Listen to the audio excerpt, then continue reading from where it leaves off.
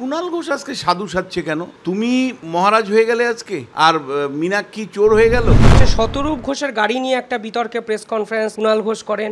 আমার মনে হয় ব্যক্তিগত আক্রমণ কোন আঙ্গিকে করা উচিত, এটা কুণাল ঘোষকে দিয়ে কি শুরু হলো বাংলায়? সিপিআইএম দলকে এটাও উত্তর দিতে হবে যে প্রদেশ কংগ্রেস সভাপতি সারা রাজ্য জুড়ে যখন বন্ড ডাকা দাবি করেছিল এবং ফোনে সেটা মোহাম্মদ সেলিমকে বলেছিলেন প্রদেশ কংগ্রেস সভাপতি, কেন সিপিআইএমের নেতৃত্ব তাতে সাড়া দেয়নি? মমতা বন্দ্যোপাধ্যায় যে ফাইলের গল্প শুনিয়েছিলেন, আমার কাছে সুজন চক্রবর্তীর ফাইল আছে, মোহাম্মদ সেলিমের ফাইল আছে, নাম ধরে ধরে উনি বলতেন সিপিএমের নেতাদের ফাইল আছে, ফাইল একবার বার করবো কি না?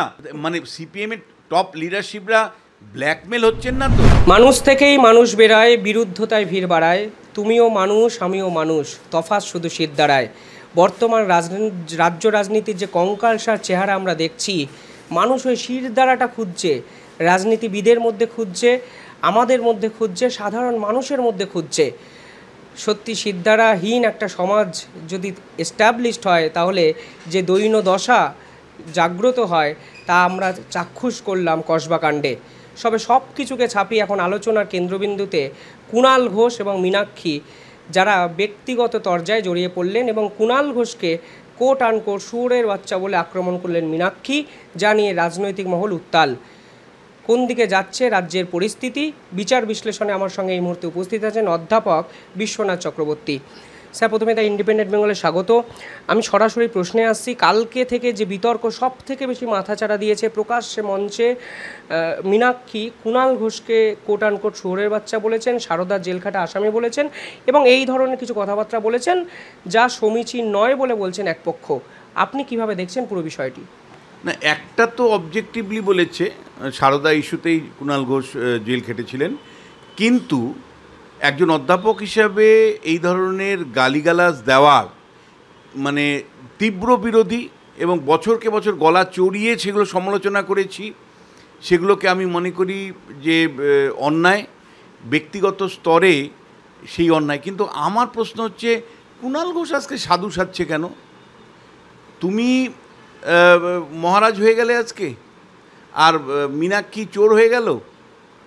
কুণাল ঘোষ আপনার থেকে গত 10-12 বছর আমাদের সমাজ কি পেয়েছে?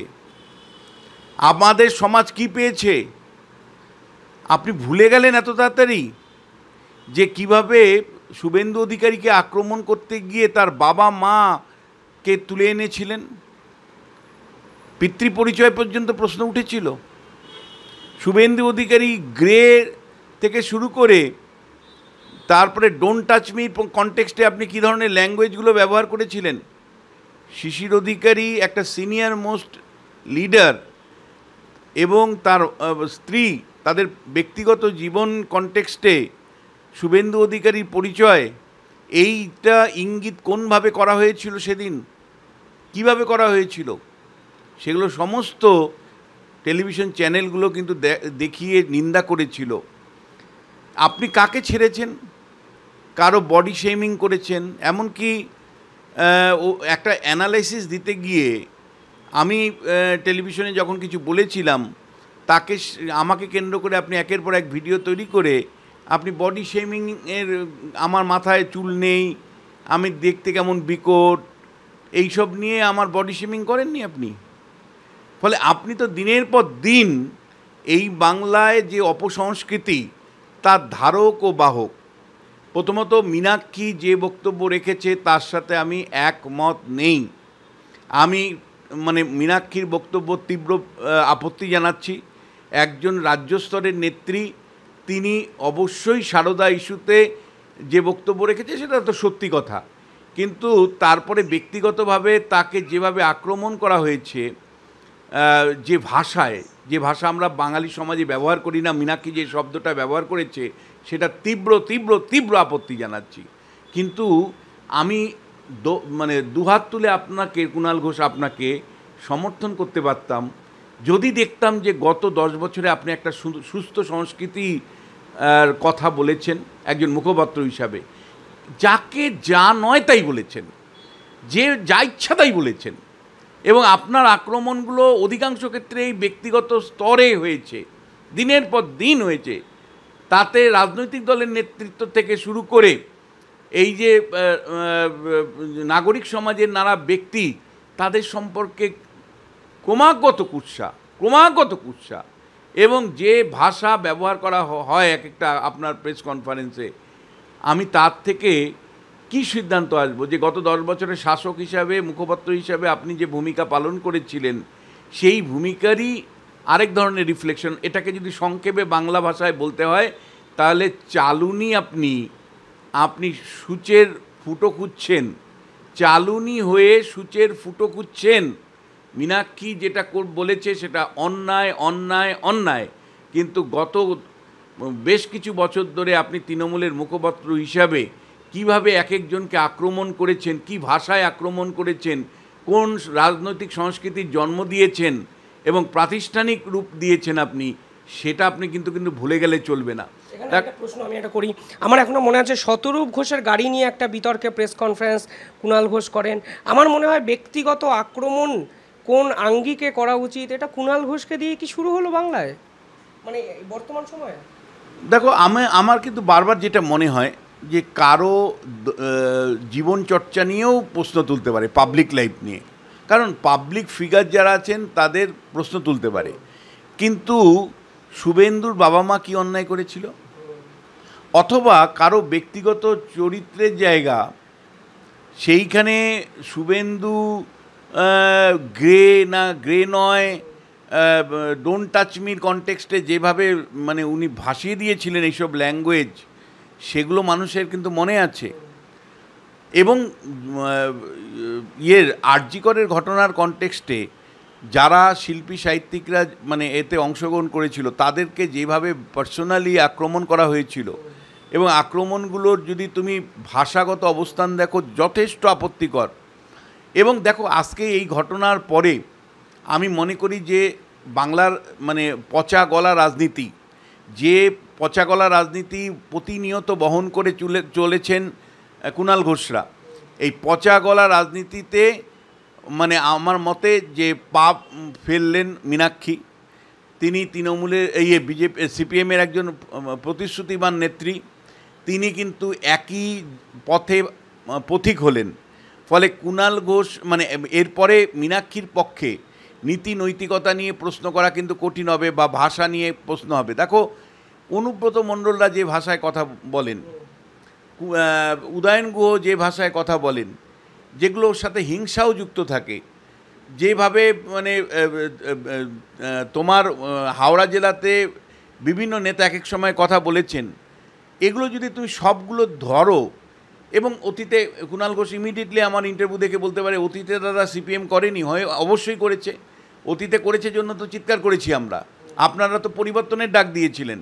অতীতে বিনয় কোঙ্গার ওই কথা বলেছিল জন্য, অনিল বসু ওই কথা বলেছে জন্য তার দল তাদের বিরুদ্ধে সেন্সাস করেছে, কাউকে সাসপেন্ড করেছে, কাউকে মানে দল থেকে বহিষ্কার করেছিল। কিন্তু তারপরে তো আপনারা পরিবর্তনের ডাক দিয়েছিলেন, আপনারা বলেছিলেন যে ক্ষমতায় আসলে একটা সুস্থ সংস্কৃতি বাঙালি সমাজ তৈরি করবেন। কিন্তু আপনারা একটা যে রাজনীতি চলছিল বাম আমলে, তাকে আরও পচা গলা গলতে সাহায্য করেছেন। এই পচা গলার রাজনীতিতে সবসময় অন্যায়কে আপনারা ডিফেন্ড করেন। আপনি নিজে বলেছেন যে মার্কেটিং করেন, মার্কেটিং করতে গিয়ে এই ধরনের কথা আপনাদের মুখপাত্রদের বলতে হয়। কিন্তু প্রশ্নটা হচ্ছে, বলতে গিয়ে সমাজটা যে আরও অধঃপতন হয়, যখন নানা মানে আনডিফেন্ডেবল ইস্যুকেই ডিফেন্ড করেন আপনারা, বা যেটাকে কোনো রকমই সামাজিক জায়গা থেকে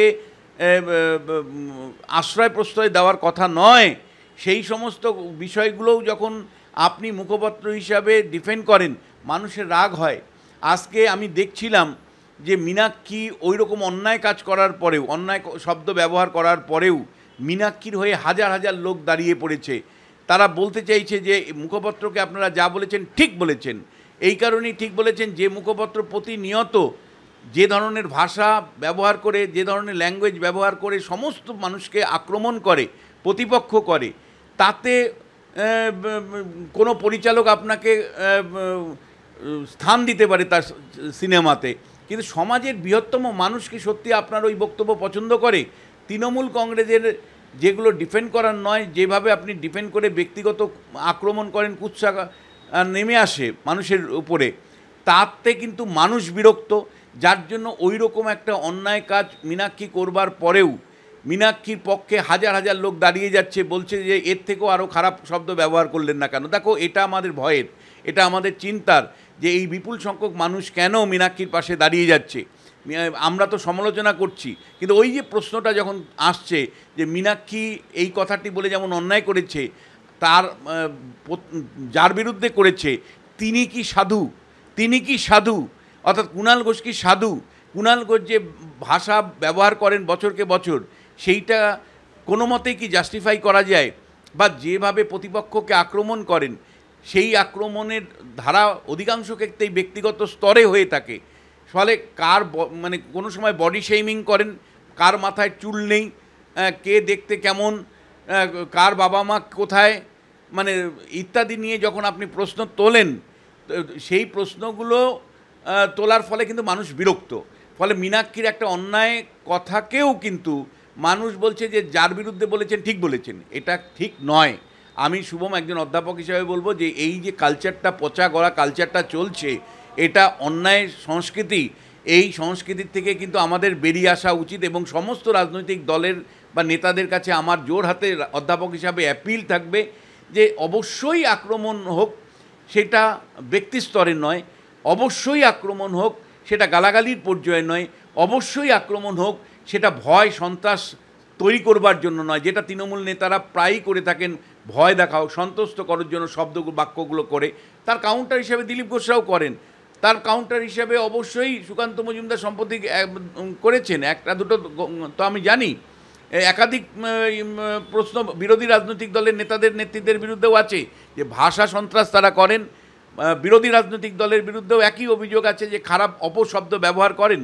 কিন্তু আমার প্রশ্ন হচ্ছে যে শেষ পর্যন্ত যারা বাঙালি সংস্কৃতিকে রক্ষা করতে চান, যারা মনে করেন যে রাজনীতিবিদদের সংযত হওয়া উচিত, যারা মনে করেন একটা সুস্থ ভাষা, সুস্থ আচরণ করা উচিত, তারা এই সমস্তগুলো, কুণাল ঘোষকেও যেমন কন্ডেম করবে, মীনাক্ষীকেও সমানভাবে কন্ডেম করবে, বা বিজেপির কোনো নেতা, দিলীপ ঘোষ হতে পারেন, শুভেন্দু অধিকারী হতে পারেন, বা সুকান্ত মজুমদার হতে পারেন, তাদের প্রত্যেককেই কিন্তু সমালোচনা করা উচিত।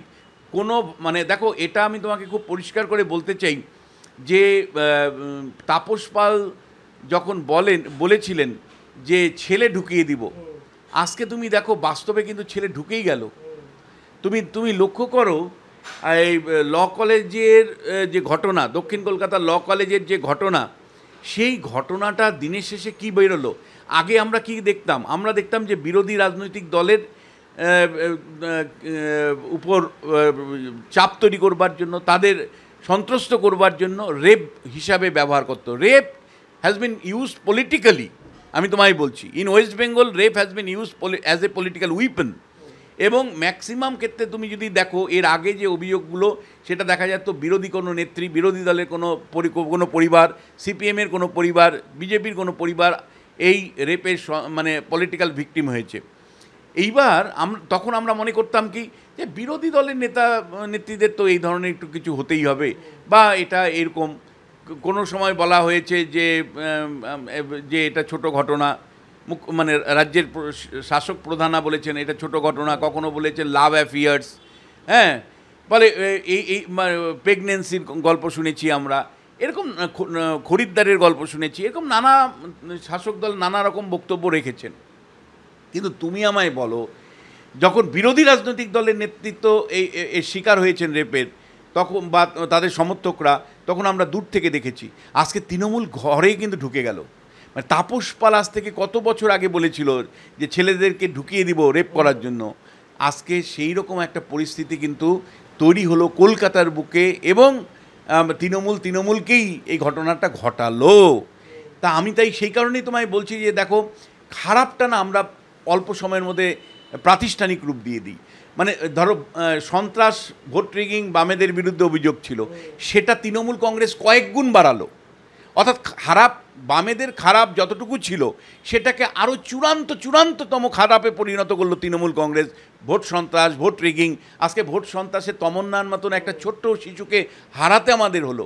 তমন্নার মৃত্যু যে কোনো মানুষকে জ্বালিয়ে দিবে, যে কোনো মানুষকে কিন্তু উত্তেজিত করে দিতে বাধ্য। আমি আমার মতন লোক যার শুধুমাত্র ব্যাখ্যা বিশ্লেষণ করার কথা, সেই মানুষটা কিন্তু আমি মেনে নিতে পারছি না যে তমন্না যে এত অল্প 11 বছর বয়সে ক্লাস 4-এর একটা মেয়েকে চলে যেতে হলো ভোট সন্ত্রাসের জন্য, কেবল সিপিআইএম দল করে, তার জন্য তার পরিবার এবং তার আশপাশের পরিবারকে ঘিরে ধরে তৃণমূলী মানে সন্ত্রাসবাদী দুষ্কৃতীরা যাদের আশ্রয় প্রশ্রয়ে সর্বোচ্চ পর্যায় থেকে আছে, এবং এরা যেভাবে তমন্নাকে মারল, দেখো যে কোনো নেত্রীর বা যে কোনো মানুষ কিন্তু উত্তেজিত হতে বাধ্য।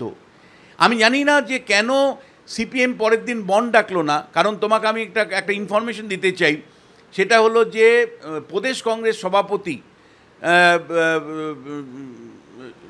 কংগ্রেস সভাপতি শুভঙ্কর সরকার, তিনি কিন্তু মোহাম্মদ সেলিমকে ফোন করেছিলেন, ফোন করে রিকোয়েস্ট করেছিলেন যে দেখুন এত বড় অন্যায়, এই অন্যায়ের বিরুদ্ধে সারা রাজ্য জুড়ে প্রতিবাদ করা উচিত, বনড ডাকা উচিত আমাদের। আমি জানি না সিপিআইএম দলের নেতৃত্ব কেন বনডটাকে সাড়া দিল না।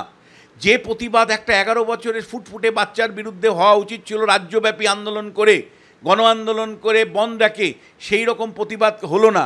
বরঞ্চ এখন মীনাক্ষীর বক্তব্যটাকেই হাইলাইট করে তমন্নার ইস্যুটা কিন্তু ধামাচাপা দেওয়ার চেষ্টা করা হচ্ছে বা হয়ে গেছে।